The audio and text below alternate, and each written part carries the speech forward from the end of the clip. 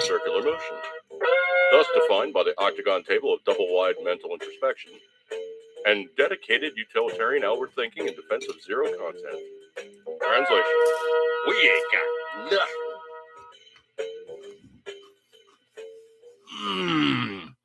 Hey, folks, Stu here. Chicken salad. Excuse me a second here. I might be taking a couple more bites going into the show. Over the weekend, Mrs. Dude and I, we went to the Eastern Shore area of Maryland, also known as Ocean City. Now, if you look at the way that Maryland works, Maryland's kind of like a W. You know, it's basically like, or like an L. It's like an L with like the middle of it all kind of chewed out by a shark or something. So essentially, you have landmass kind of goes and dips doodles, what have you. Then there's the Chesapeake Bay. Then there's finally the last landmass, and then finally you're looking at an open ocean on the other side of the landmass. Now that landmass that kind of comes down to a point is referred to as the Delmarva Peninsula. So basically, Delaware, Maryland, Virginia. And it's funny too because you look at the way the state lines are drawn up. There is one of the places I gig at with my band, and it's hilarious because you go there and it's like it's in Virginia. Well, you walk out on the beach, and like the last some odd amount of beach before you actually, get dunked in the water is Maryland. And it's like literally, it's just like somebody just drew a line. It's like, okay, here's just enough land to count to say this is Maryland, and it's like the dividing line is going to basically be along that shoreline, going into the open water, then going to the Maryland side area, then finally crossing back over to, the Delaware side, then finally crossing back into Maryland again. It's really kind of funny the way that the lines are all drawn up. So anyway, Ocean City essentially is a spit of land. If you were to look at it from up above, it runs, kind of north-northeast, south-southwest. It's fairly narrow. I think it's only not even 2 miles wide at its widest point. It's really a narrow spit of land, about 13, 14 miles long. And it kind of compares almost like a really skinny Manhattan. Anyway, so it's basically vacation land. There's a couple of access points. Obviously, you can come in from the top. That takes you through Delaware. You go through Rehoboth, and you go south in there. Bethany Beach puts you in the Ocean City as the northern point. Now, if you were to go through the secondary areas, there's going to be a couple of other roadways. One's kind of about 2/3 up, and then there's another one that's like barely up about, maybe about a tenth. And that's all it's got on that one. Oh, Barry Kayshawn, man. Appreciate you here, man. So it's basically that one. So it's like 50, 404 or 90 or one of those other roadways. I can't remember the exact number off the top of my head. So it's like 50, 90, and finally crossing over into Delaware and then looping back around. So literally, if you go there, you really only have two choices. Either you can go straight across on 50, like you're coming out of Washington, D.C., you're going past Annapolis, Maryland, and then you're going out, crossing over the Chesapeake Bay Bridge, out, a little dog leg, and then finally you're at Ocean City. It's really funny, too, because it's like you drive out of Ocean City, and there's a sign literally above that first bridge that takes you over from the ocean side to the bay side. And literally that's how they express anything on there in terms of real estate, as they say, is it ocean side or bay side? Specifically, I want to be bay side, mostly because there's, not a lot of shop and stuff. I mean, it's still, saltwater, navigable waterway, call it what you will. But there's not a lot of traffic in there. There's, people riding around their boats and doing fishing and, hanging out and doing all that fun stuff. But it's not like in the open ocean area where you have, surf and all this other stuff going on and, lots of wind. And, that's pretty much where all the wind is coming from, is from the ocean side. And so essentially we had a gig there. And when it's really normal traveler time, call it what you will, in terms of like, vacation season, as it were, we do Fridays and Saturday shows there at a club called the Purple Moose, which is really, really, I mean, it's actually right around like 50. So it's way down near the area. At the end of it, that's referred to as the inlet. And that's like where they have, the classic roller coasters and, Ferris wheel and all that other, stuff. And the start of the boardwalk, that's where the boardwalk begins. And then, of course, then goes north along the water's edge. So the Purple Moose is really not that many streets up. Like if I say it's maybe like 15, 20 streets up from the end, I'd be like, expressing like just how far down it is. Now, to put it in perspective, when Mrs. Dude and I rented a house, There's an area further north called Montego Bay. Nice community. Basically, it's got like mobile home area out front, and then kind of more expressed vacation homes in the back. And the prices are unbelievably high for this area. I can tell you for a fact, like the place that we stay in is not cheap. Per week, it's not cheap.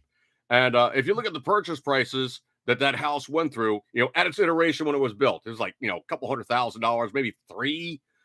Sold some years later for like 5 or 6. And now that piece of property is bordering probably somewhere around the neighborhood of like $750,000 to like $800,000. And the prices are going only up from there into complete and total insanity. Now, it's not West Palm Beach by any stretch, but some of the prices, man, it's like this is rarefied property. So you're going to basically spend whatever you can spend to get into the place. Excuse me 1 second here. I'm going to take another swig. Actually, you know what? I lied. I'm going to take another swig and another bite. Chicken salad from Ocean City. So anyway, like I said, in Montego Bay, we're in the 130s. So, into like, pretty good ways up there. It's not all the way up there. It's about a mile and a half short of the Delaware line. And the further north you go, the less traffic gets, because you're not down in the, the really, really choice areas down by the inlet, or down by, the choice areas of the boardwalk. Obviously, the ocean side, everybody wants to go there because they want to get on the beach and all that. I don't do sand. I really don't do salt water. It's not my thing. Mrs. Dude's also in similar vein. She's like, you know what? If I'm going to stay at a place, they better have a pool, because I really don't want to go to ocean water. It's just icky. I don't. We don't like salt water that much. We're really just not that much into it. We're not beach people. We do like going down to the eastern shore, but we really truly don't like going into the drink and hanging out in the sand and all the rest of that fun stuff. And that's just not us. Excuse me 1 second here. This chicken's calling to me.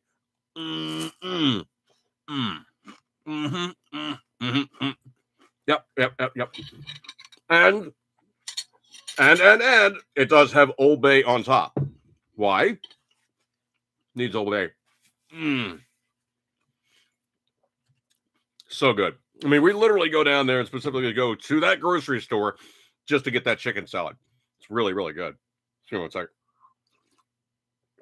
Anyway, so like I said, getting towards the slower times of the season, it was almost kind of an experiment on the Moose's part to say, okay, let's just do a show on Saturday and see what kind of crowd we gather. And at the start of the show, there was some people in there. By the end of the show, I think we were down to maybe 3 or 4 people. And the thing about it is essentially, there's just not a lot of people down there to attend things. Now, on the plus side, there's actually a restaurant down there. And Mrs. Dude and I really, really like this restaurant. We only have been there a few times. And we actually had the opportunity now because, off season, it's a lot slower. But it's also a case of post-COVID, a lot of places kind of really haven't recovered as much. So really, they'll only open for breakfast and brunch. I think they close like about 2:00 in the afternoon. So we got in there and we basically got our brunch. And oh man, I tell you what, that place is just, out of the park, spectacular. If you do get a chance to go down to Ocean City and go to this place, it's called the Bayside Skillet. Pink building, can't miss it. It's a pink building, and I got to tell you what, man, it's like, it's not cheap, but what they do and how they do it, yum. I mean, it is absolutely out of the park brunch stuff that is like on point. Coffee, the coffee was coffee. Their orange juice, oh man, they literally have a guy that's back there that's all he's doing is just hosing the orange juice, doing it for what it's worth. And he is just making orange juice like you don't want to know. He's going to town with the squisher and sound guy. No, sound guy. No, you don't use. I thought we agreed we're getting rid of that sound effect. That machine gun sucks. Anyway, so that guy basically takes the oranges, squishes the crap out of them, and it becomes something. Yeah, it's just that good. So, was that him? Was that him making the orange juice? Sound guy. No, it doesn't sound like that at all. Okay, stop.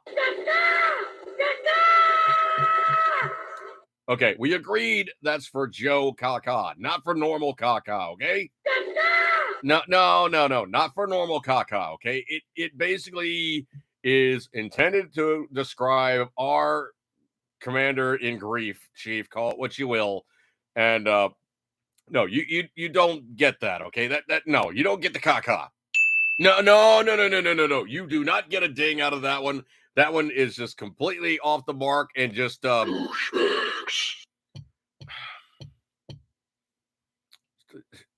he's doing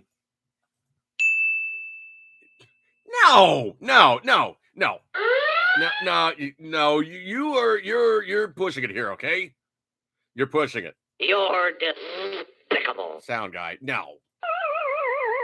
It's not this critical stop. Sound guy, you know, when you do stuff like this, people they might start tuning out and no, they really truly don't appreciate when you get that obnoxious.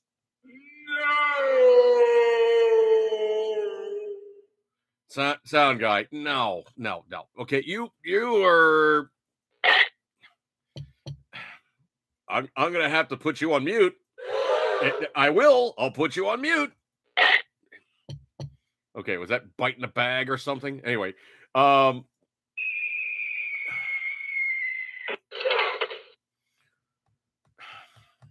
crash and burn, whatever. Patriot Fever, appreciate you coming on by. Reporting from medical damn double ear infection. Thanks, Patriot 3 and 4. Well, anyway, I can tell you for a fact the OJ there is just how do you say it without saying it? The stuff is just it's this good sized glass. It's basically got a lot of pulp in it. It's just how would you say it for how you're saying it? It's just well, it's just yeah.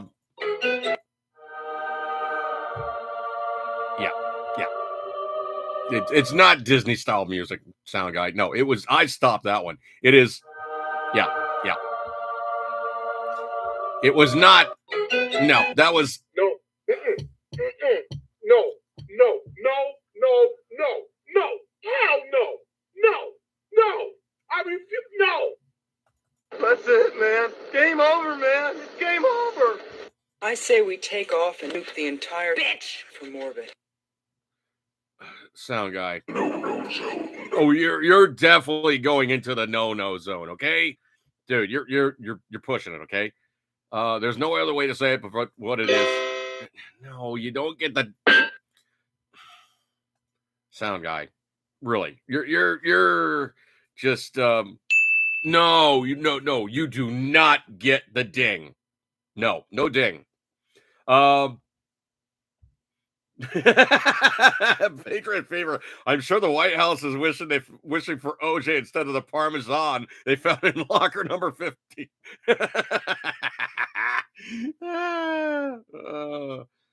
Oh no, Patriot Fever. Yeah, Hillary's got a hell of a juicer for orange juice. Yeah. Oh wow, that's definitely a place I would not want to take my orange. Nope. Scroll. Let's see where I'm at here. Scrolly. Scrolly. Hang on a second here.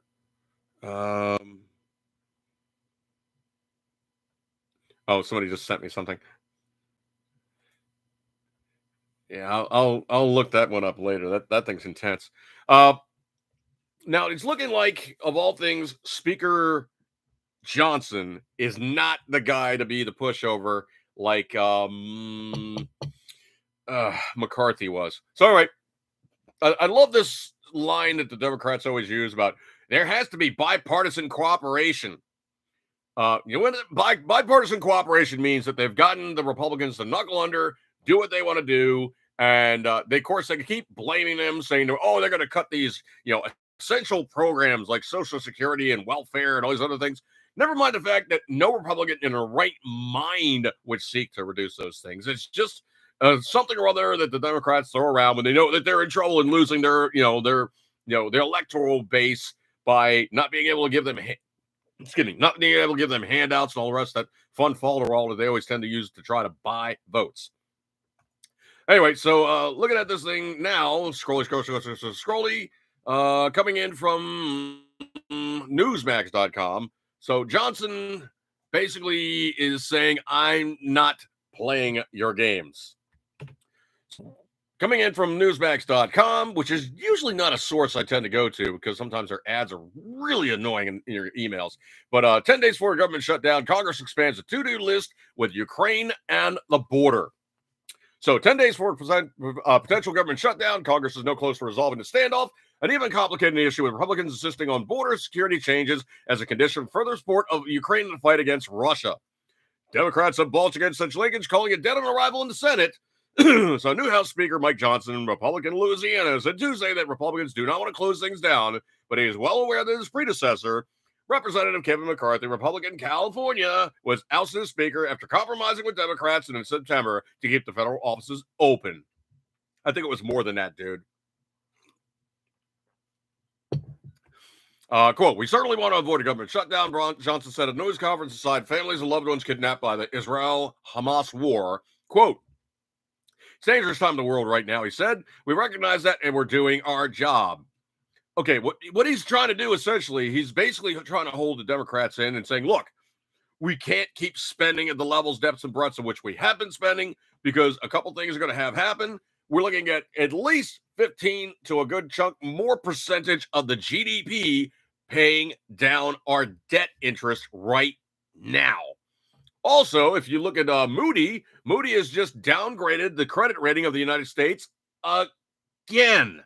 Why? Because we keep spending like crazy, we keep borrowing like crazy, and oh yeah, in a downturn economy, you can't keep doing these things like you're bolstered with a good economy. So these guys in the Democrat Party are kind of painting themselves into the corner going, oh, no. Keep spending money, good money after bad. Keep asking for more loans. Keep doing all these things the way they have been doing. Keep expanding programs. Keep asking for new programs. Keep throwing money all around the planet to everybody that hates our guts. Why? Because we're simply trying to buy votes, and we do these things, and we're tracing down the Republicans and saying, you have to go along with us, because if you don't, we'll simply call you a meanie, a racist, and everything else that we can think of, because that's worked so far in the past. Excuse me, this chicken's calling to me. I don't know if you heard about this one or not, Patriot Fever, but I went down to Ocean City and I literally imported this chicken. Excuse me.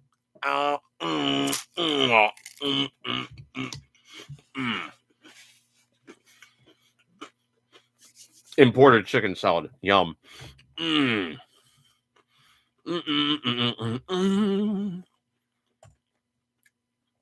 Also coming in from Newsmax, there's another news story.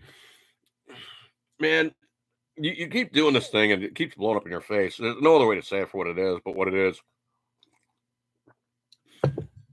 I saw a cartoon the other day and it really kind of cracked me up. And it was obviously like a meme. So you see like the guy, he's like walking up to a tree and he's got the Gaza flag on him. So he goes walking up to the bee's nest and the bee's nest has Israel's flag on it. So he comes over to it, starts whapping on the thing. And of course, the bees come out and they start stinging the crap out of him. And he's running away going, these Jews, And then he comes running down to like a clearing and the bees are still milling around and whatnot. And, he's standing in front of all the news cameras going, see, these Jews. It's just, it's the scorpion and the frog yet again. You knew them for what they were by their livelihood, their namesake, and how they do things. They're not trying to be your friend, okay? They're just not. So news coming out from Newsmax, Israel destroys 130 Hamas tunnels in Gaza. Now, the rest of the news story is, I don't know if you guys heard about this or not, and supposedly Gaza City is now pretty much encircled by the IDF, and of course, they have all this, oh yeah, well, they're now taking over Gaza, and it's like, guys, they weren't there since 2005, okay? It's not like Israel emancipated every single Gaza citizen saying, well, you're now free to do what you can do, because Hamas was in there going, oh, no. We're now the controlling interest. And if we really, truly want to let anybody go, well, we're not going to do that. We're simply just going to keep them as good shields. And do all these good war crime things where we put people in harm's way using them as physical shields. And then when you blast us to try to stop us from doing what we're doing by hiding munitions in schools, mosques, and hospitals, we then go, well, see, all these innocent victims, these Jews are so horrible. Look what they've been doing to our guys. Kind of easy seeing it for what it is, guys. You're doing it. You're doing it. You're doing it. We're seeing it. Patriot Fever, perfect video representation of what Cruz said in his podcast the other week. Yeah, pretty much. They're smacking on the bee's nest and wondering why the bees are stinging the snot out of them. Anyway, so they basically destroyed 130 tunnels in Gaza. Successfully demolished 130 tunnels connected to Hamas since commencing the military operation in the Gaza Strip.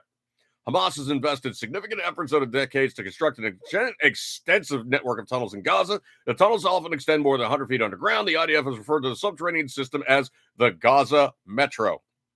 According to CNBC, the intricate tunnel system provides Hamas with strategic advantage, enabling them to shield their activities and launch surprise attacks against Israeli ground forces. Tunnels also facilitate storage of weapons and explosives. Hamas maintains weapons stockpiles, electric generators, and command and control centers that remain concealed from aerial detection underground. Israel officials claim that Hamas operates key command centers under Al-Shifa Hospital in Gaza and uses tunnels beneath schools, hospitals, and mosques to conceal weapons and militants. Hostages included an 85-year-old woman captured on October 7th, reported being transported through these tunnels and being held in underground chambers, according to the Wilson Center.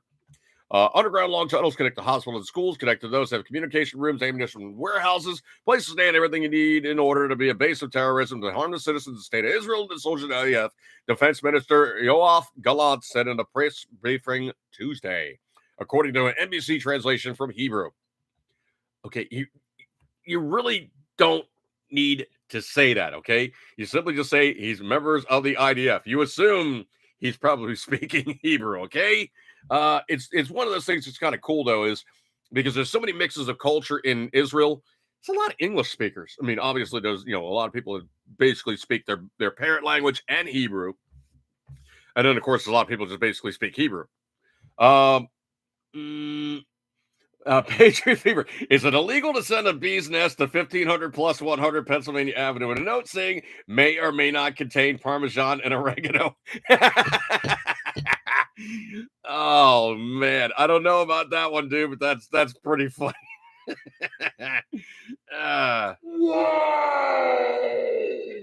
It's spicy. Yeah, I think that'd be a bad time, and they'd be getting zapped, and yeah, they'd be pretty bad off. Anyway, so anyway, these Hamas tunnels. Okay, that would be man down under, not land down under. Come on, squeal. All right, sound guy. No, we're talking man down under, not land down under. Oh, no.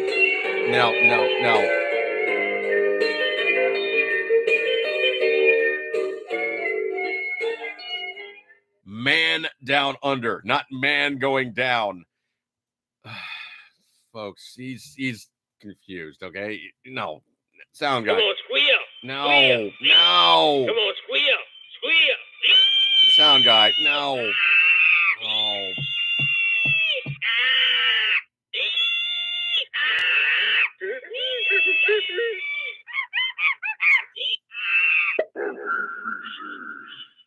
If you do that with the monkey, you might actually have a problem with the second item. Anyway, so scroll. What? I know, Patriot Fever. You didn't say it this time. I get it. We can do the math, okay? We definitely can do the math. When Joe Kaka opens a box and I think we get the picture. All right. I don't think Joe Kaka would open the box anyway. I did find out something very, very interesting. Pete Buttigieg, also known as AKA Butt Plug, he's getting a pay cut. So Marjorie Taylor Greene put in there that she wants to reduce his yearly salary to $1. Holy crap. And the House has approved her bill to reduce his salary to $1. The measure introduced by Representative Marjorie Taylor Greene, representative from, Republican from Georgia, passed by voice vote Tuesday as an amendment to the 2024 Transportation, Housing, and Urban Development and Related Agencies Appropriation Act. Greene took it to the X. The platform formerly known as Twitter, described the measure as one to quote-unquote fire the former Democrat presidential candidate, in part for his purported misuse of taxpayer dollars. Quote, I am proud to announce my amendment to fire Pete Buttigieg, who just passed the House. Pothole Pete staged fake bike rides in the White House and used private planes funded by taxpayers to receive awards in a way certain people have sex. American taxpayers should not be on the hook for paying for his lavish trips or his salary. So basically, she's saying butt plug is getting, nothing. This one, I think, is one of these tools that really the Republicans really need to do way more, and they've been very lax in doing it. In the way that the Congress does things is it basically does the expenditure on the bill, it sends that budget off to Senate. Senate goes, yeah, that's cool, whatever, and it's that and the other thing. Yeah, we're for it, we're against it. We're going to send our own version back, and the two houses have to agree on the document before it can go kicked over to the president. He says yes, no, up, down. If he says no, they have enough votes to kick it up anyway, it becomes law. You can never run enough veto with enough votes. But the other thing, too, is many people, probably everybody, tends to forget about the fact that the Congress has the power of the purse. So, essentially, the Senate can say, well, we intended to spend the funds, blah, and prop up this, that, and the other thing, make nice to all our friends, and of course have all kinds of other pork projects installed in the bill that got sent off to be a piece of legislation that was signed off by the president. Well, that's not exactly how things work in the real world, because when you have a Congress with a set of nuts, they can do reallocation of funds. So, what they could do is they could say, well, the budget item that was being expenditured to this department, we're changing it. We're now changing it. We're taking the money away from that because it's already spent, and we are reallocating it to something else entirely. So, what did they do to stop bad Democrat policy?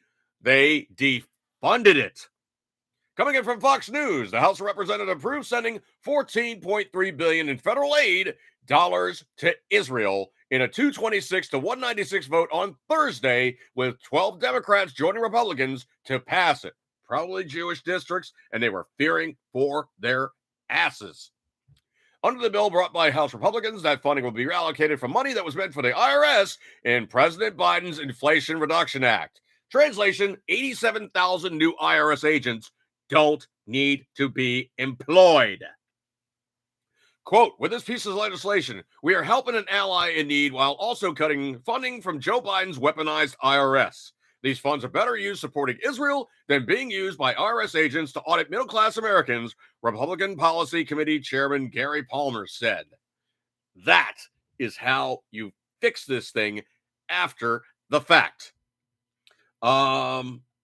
Q Squad Meltdown Sound Guy, I have a melting bit. You know what? That'd probably be like, the chick from Wizard of Oz. Oh, I'm melting. Oh. Yeah, that'd probably be the noise you hear. Come on, squeal. Sound guy. No. Sound guy. Come on, squeal.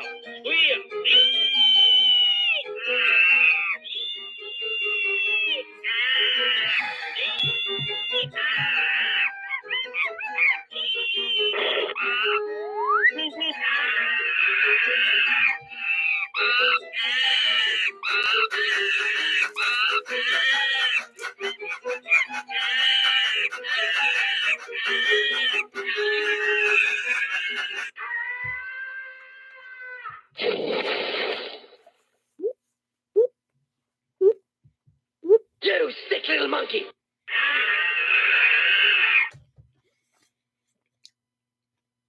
He plays those long ones. I see an opportunity to grab a bite of food.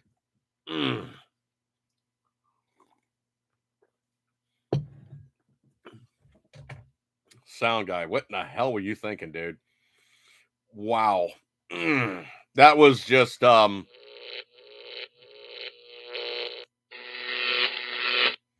I'm sure the monkey's butt is feeling like.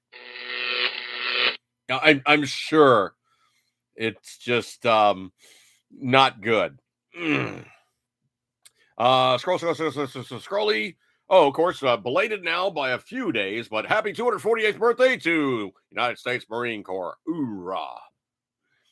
Now get out some tasty crayons and time to have a feast. This one I find to be unbelievably good news. And if there's anybody that really truly needs to be unceremoniously tossed on the waste bin of historical members of suckdom, wow, this guy really ranks unbelievably high. There's no other way to say that he's anything but just what he was. And if there's anybody that was just really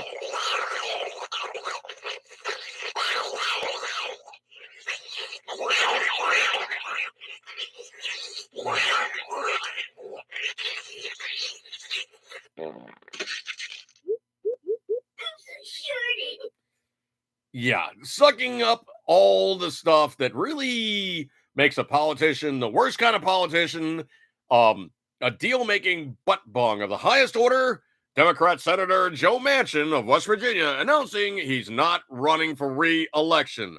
Why? Because pretty much I think that he doesn't have a prayer, okay? I think when he walks in there and he's like, hey, I'm the guy that you really truly need.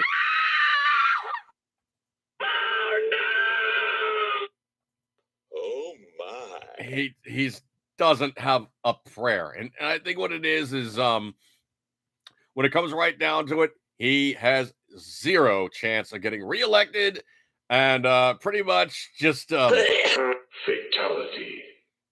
sound guy. No, okay. He's not gonna get reelected because he's just But I pooped from there.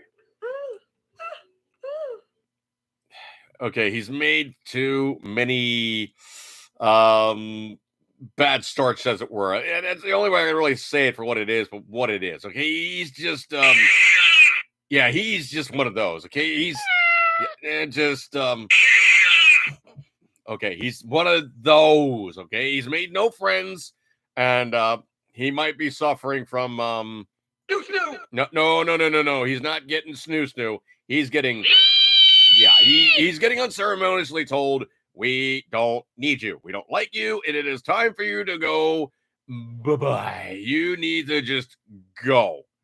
So anyway, looking at things as it is, we find now the story of which he said on Thursday. He's not running for re-election, was said travel the country to see if there's any movement to mobilize moderates. You're not a moderate, dude. You're a Democrat that basically tries not to get booted out of office by being on the very, very fringe where people truly get sick of your Bravo Sierra. Quote, after much of deliberation and long conservation with my family? Don't you mean conversation? Wow, I believe in my heart of hearts that I've accomplished what I set out to do in West Virginia. I've made some decisions in my life and decided I will not be running for re-election. No, because you're going to get tossed out on your ass. Reportedly, seriously, becoming an independent so the Democrat brand becomes so bad. Also, that he was going to run as a non-aligned person. Ugh. Pure Evil Bandit, appreciate you coming by, dude. Appreciate you coming by and hanging out with us tonight. Manchin's just a suck up. Okay, there's nothing really that stands out about the guy, and when it comes right out, he's just he's not gonna do it. Okay, he's just gonna come in there and just he's gonna take it. Okay.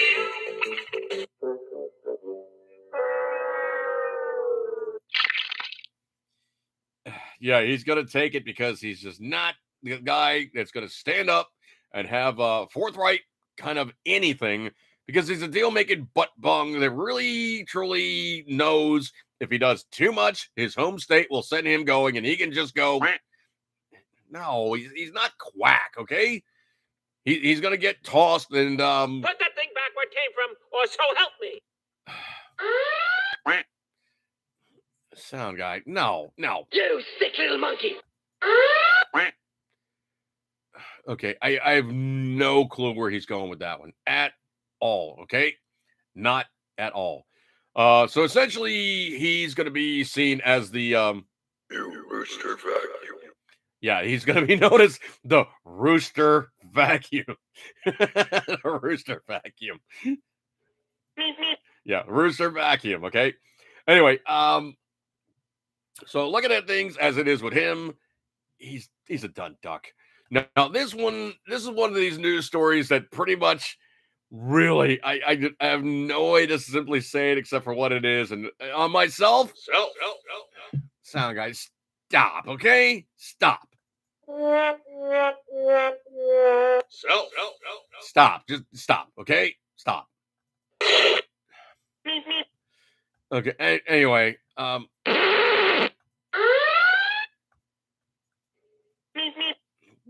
are you doing? You sick little monkey. Anyway, stop, okay, just stop.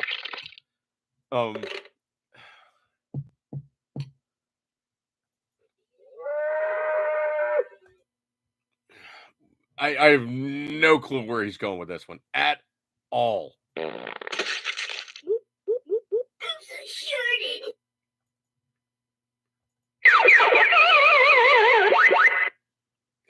Whatever. The following program contains scenes and language of a frank and explicit nature.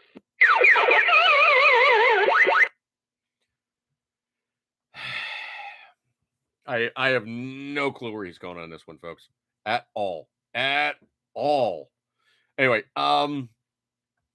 looking at the EV situation, New York decided they were going to try something that was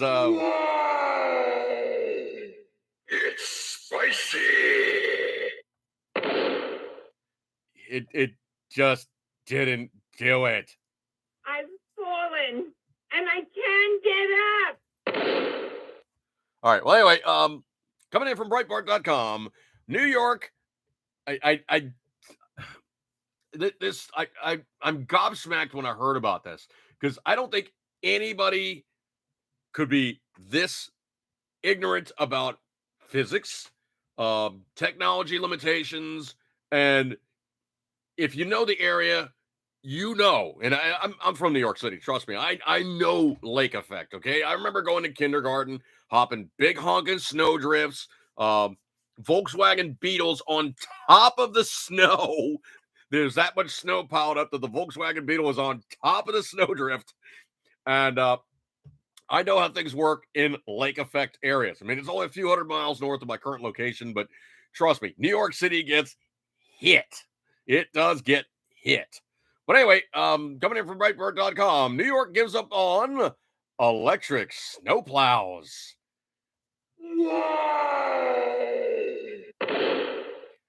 Yeah, they say that they are, quote, insufficient for the demands of winter. I got no other way to say it except for what it is, man. That to me is just beyond humorous. They didn't think about doing the technology and the look at and just yeah, it's bad, okay? It's just bad. So anyway, looking at things as it is, it was it was bull meow. Anyway, complete and total. Yeah, bull meow. So Bravo Sierra. So New York is staying with traditional diesel-powered snowplows after rejecting electric vehicle proposal as a replacement. Just over 3 years ago, the New York Department of Sanitation sought several Mack electric trucks to be set up for double duty as part of its goal to become CO2 neutral. If you know anything about New York City, it is the antithesis of anything CO2 neutral, okay?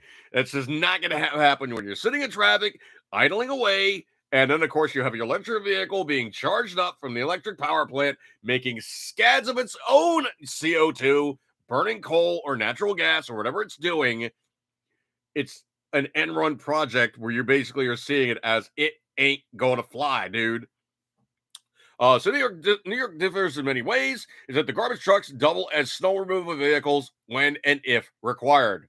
Yeah, that's a real that's a real winner on that one. It's loaded with crap, and we're basically going to push the snow around as we're trying to haul crap. Yuck.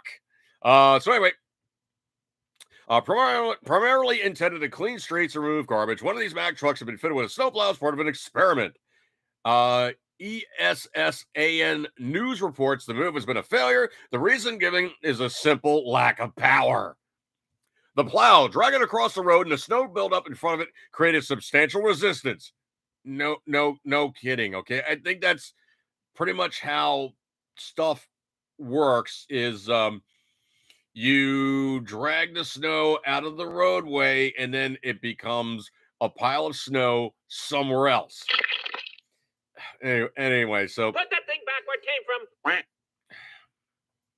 all right, sound guy, stop. Okay, so you basically you remove the snow to avoid people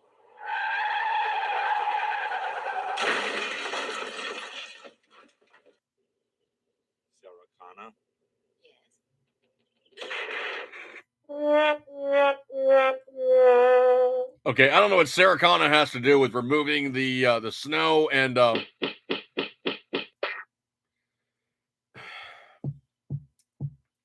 anyway, substantial resistance. Moreover, the plow required almost constant movement, eliminating the option for loading pauses. Consequently, the vehicle power supply was insufficient for the demands of a New York winter known for its heavy snowfall. I think we got that part.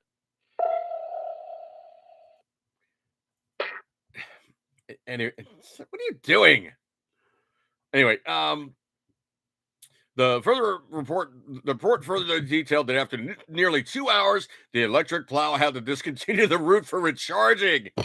While the truck was efficient for garbage collection, the performance significantly dipped when faced with snow removal tasks.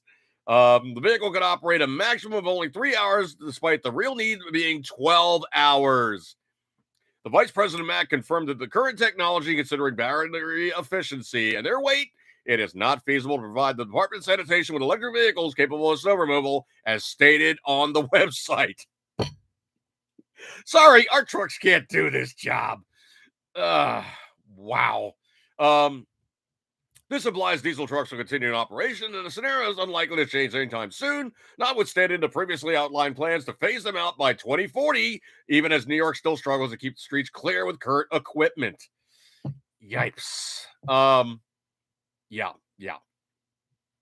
The New York Sun flagged the failure just over 12 months when it's first reported. Quote, New York City officials say electric garbage trucks they purchased in the name of combating climate change cannot do double-duty snowplows. They basically conked out after 4 hours. The outlet concluded the future of snow removal is probably diesel. What? Uh-oh, retard alert. Retard alert, class. And I'm sure everybody that basically was looking at the bill charged up to try to make this thing work, were looking at the New York City Council or the governor or the mayor or the rest of these guys and going, You dick. Uh-oh, retard alert. Retard alert, class. yeah, so that's where we are with that one. It's just not going to happen. And it ain't going to happen. It's just not going to happen. It just won't work. So basically, they now have pinned themselves in the corner, trying to make this thing go. And okay, do I have consensus here? All right. Well, anyway, so the electric vehicle is not ready for prime time at all.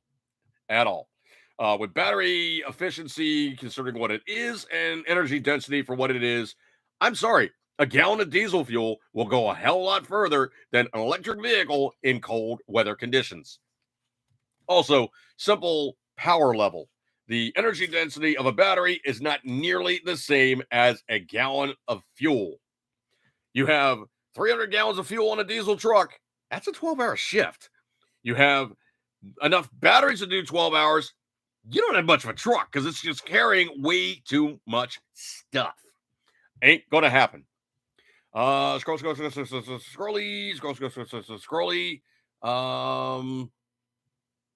I found this one. It was interesting enough that I decided to forward this one over on my Facebook page. See me 1 second here.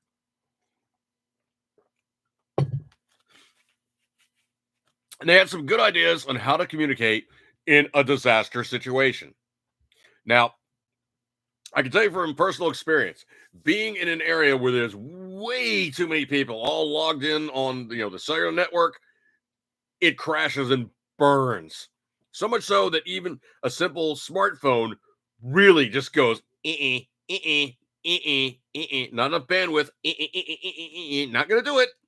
So essentially, what we found ourselves in was a situation therein of we had an Oticon, which is down in DC, and in the Oticon was scads of people. We were on the side where they were doing the autographs. So essentially, what it was is they had tons of people all trying to get their stuff signed. Obviously, they're trying to get autographs, what have you.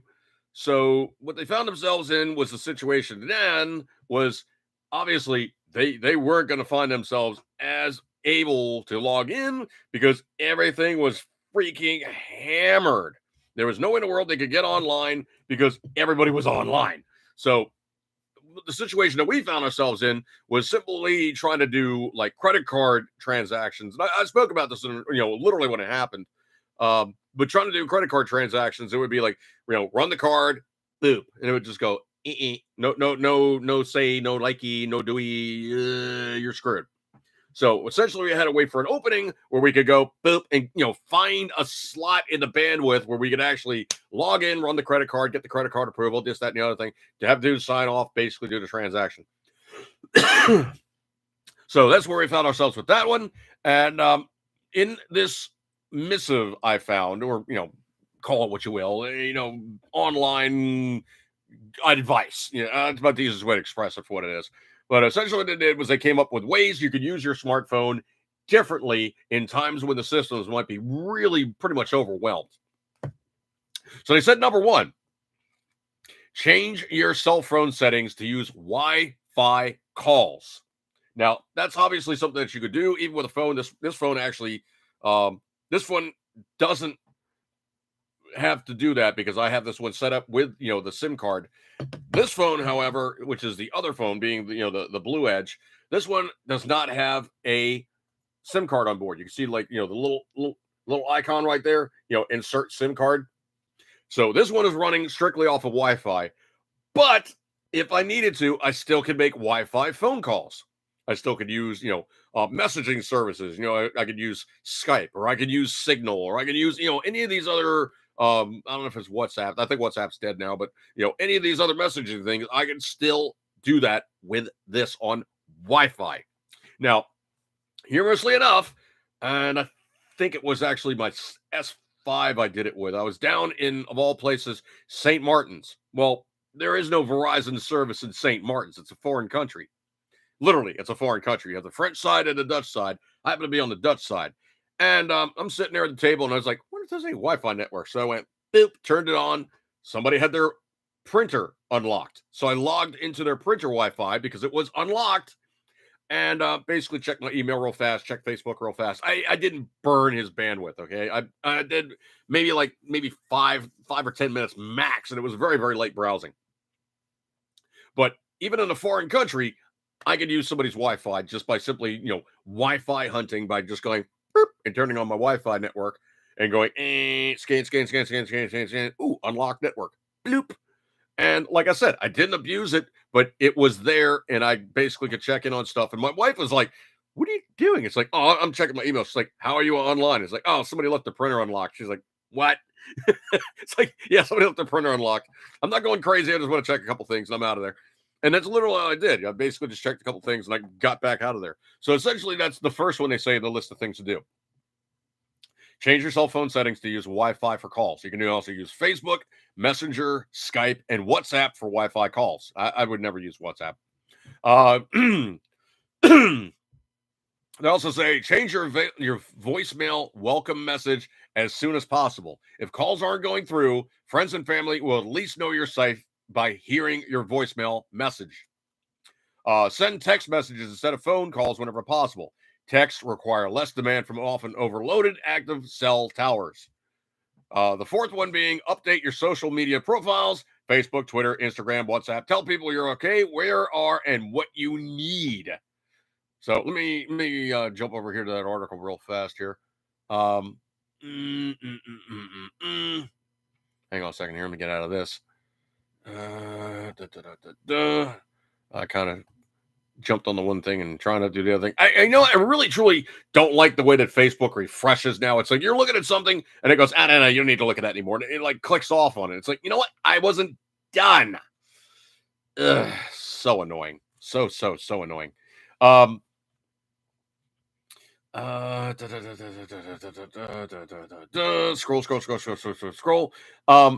I don't know if I would actually ever allow this to happen, but somebody was posting up something. Hey, you now can get AI and allow AI to edit your videos. At this point in time, I don't think I want anything snooping around in my stuff that doesn't necessarily need to be there. As a matter of fact, so much so that's why I built what I jokingly refer to as the Monster, which is the 1T smartphone, because I want to have the stuff in here rather than on the cloud or somewhere other than in my direct control. So having the technology to have the stuff on board and a large memory card, I kind of like it a little better. I just don't like putting my stuff out there. And I want to have the choice of what I'm putting out there rather than the thing snoopifying, going, oh, yeah, well, you were talking about X. I'm going to slot that metadata in there for later. And, I'll make sure that has happens. Somebody asks about it. They're snooping around on you. I'll be sure to tell them that you were, doing XYZ at this time period. And, oh, yeah, in your video with the smart AI technology, I observed you were blah, blah, blah at the time when you were doing so-and-so. And I'm putting these two things together. And I'm now saying, 1 + 2 = 55. Don't want to go there. Don't even want to take that chance. There's no reason in the world why I should ever open doors for these things to do things. And your privacy is yours. So don't, it's like that classic line I've always said about the internet. Never, ever post anything up on the internet that you don't want up there into perpetuity, because no matter what, there is no such thing as an erase button on the internet. There is no delete button.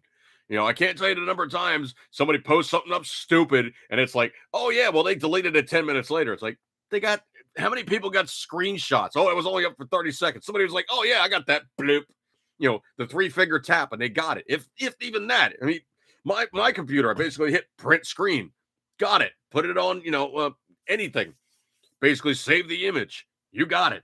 And then, of course, you didn't have the metadata for where you got it. You have the technology to say, yeah, it was downloaded from this website on this time. This person had it, blah, blah, blah, blah, blah. And, oh, yeah, you can't lie about it because, oh, yeah, it's now in the metadata of the file.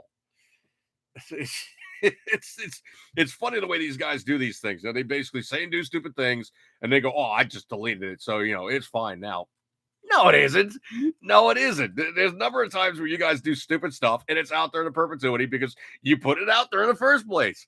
There is no delete button on the internet, okay? Don't put anything else out on there that you never ever would say to somebody else with a third person able to listen in on the conversation. That's just how it is. I mean, it's like the old Benjamin Franklin line. Two people can keep or was it 3 people can keep a secret if 2 of them are dead? It's one of those things, okay? So never ever let AI editing your videos. No, don't do it. Okay, just don't. Awesome news coming in. This one is completely badass. So those of us on the Second Amendment side of things, we really wanted to say, hey, ATF. Yeah, just ATF. Just you a-holes. Just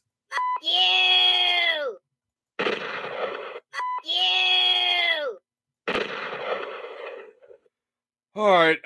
Speaking again about the Bat F troop.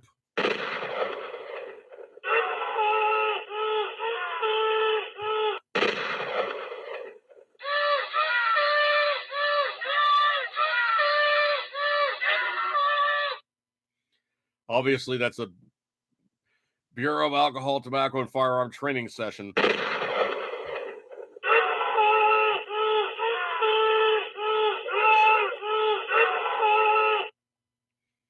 Okay.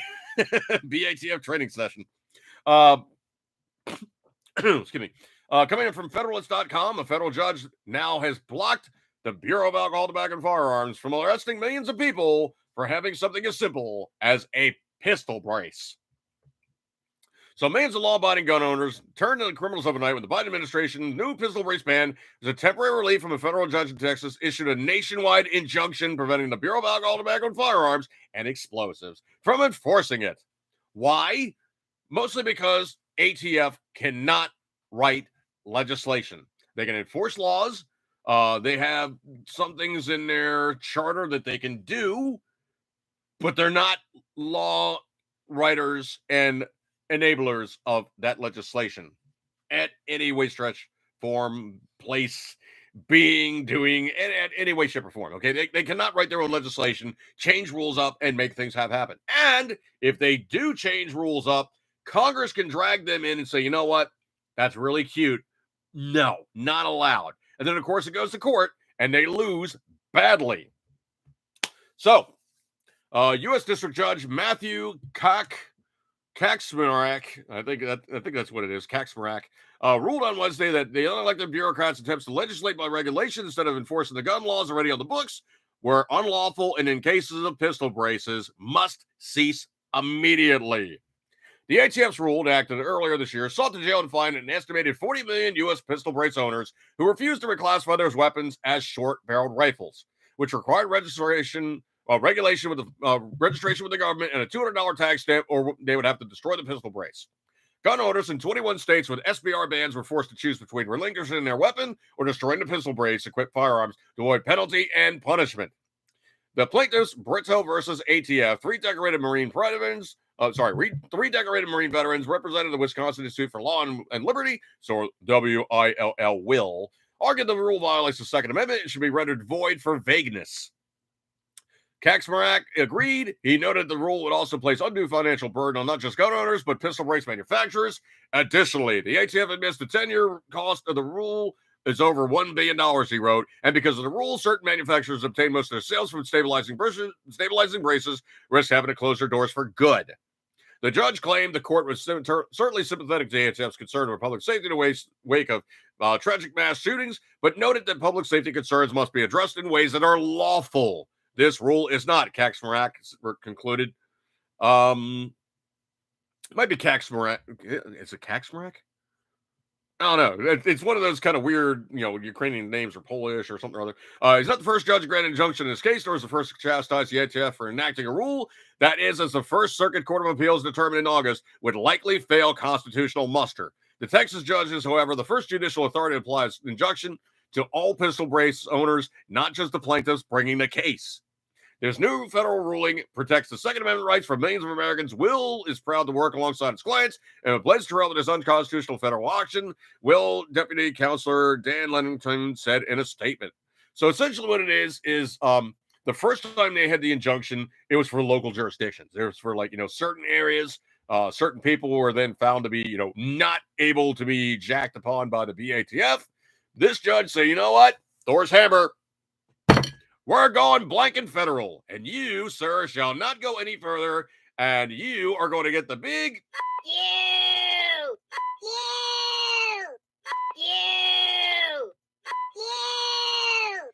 and of course you don't get the what? No, sound guy, no. Hey, Jamasaki, Stop. That one needs to go bye-bye, okay? I don't know why you keep clicking on that one. That's an old file, and it needs to sound guy. Sound guy. Stop. Okay, you're going clearly in the. Oh yeah, you are. Okay, stop.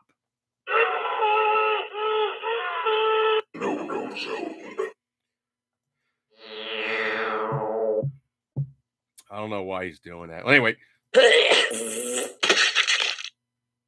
I don't have that anymore. Stop. Okay, stop.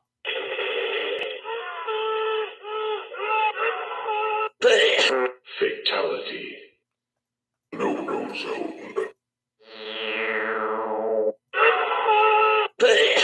Fatality. Sure, whatever. You know what? He's a dog in traffic sometimes. I really truly have no clue. No clue. This one I found unbelievably hilarious. There was a school in Lake Ridge, at Lake Ridge High School in Lake Oswego, Oregon.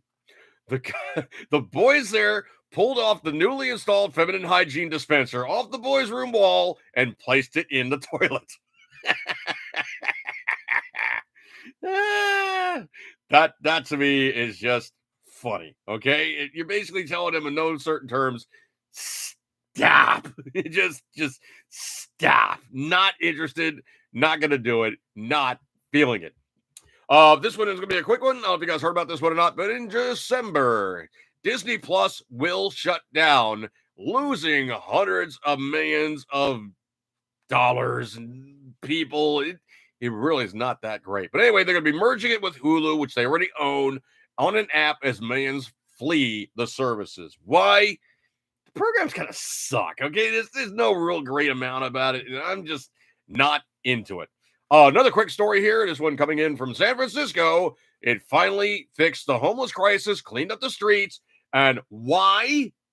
Oh, it's because Xi Jinping is going to be there. So all it took was the visit of a communist, and the governor did his freaking job. And the thing about it is he told the people of San Francisco, I'm not doing it for you. I'm doing it for him. Why? Because, well, I'm trying to impress him. Yeah, so if you're, yeah. Just remember, it's just San Francisco. So if you're going there, just remember, it's right up there with. Oh my. All right. Well, anyway, sound guy, you're really going all over the place today. Anyway, find ourselves coming in a 1 hour time period. I really, truly appreciate you guys hanging out with me. I know you got many other things to do on a Tuesday, but you guys decided to hang out with me, and I really, truly appreciate kind attentions. So I think it's time for me to break off and finish off my chicken salad and begin of doing other stuff. But I truly appreciate your kind attention. You guys have many other places to go. You decided to hang out with here, and I give you a gold star for attendance. Thank you so much. I will catch you guys next week. Have a good one. I will see you then. So eat good, keep pretending as always, you know, I love it. I will see you guys later, and have a good weekend and good stuff like that there. Catch you next Tuesday. See you then. Okay. Catch you later. See ya.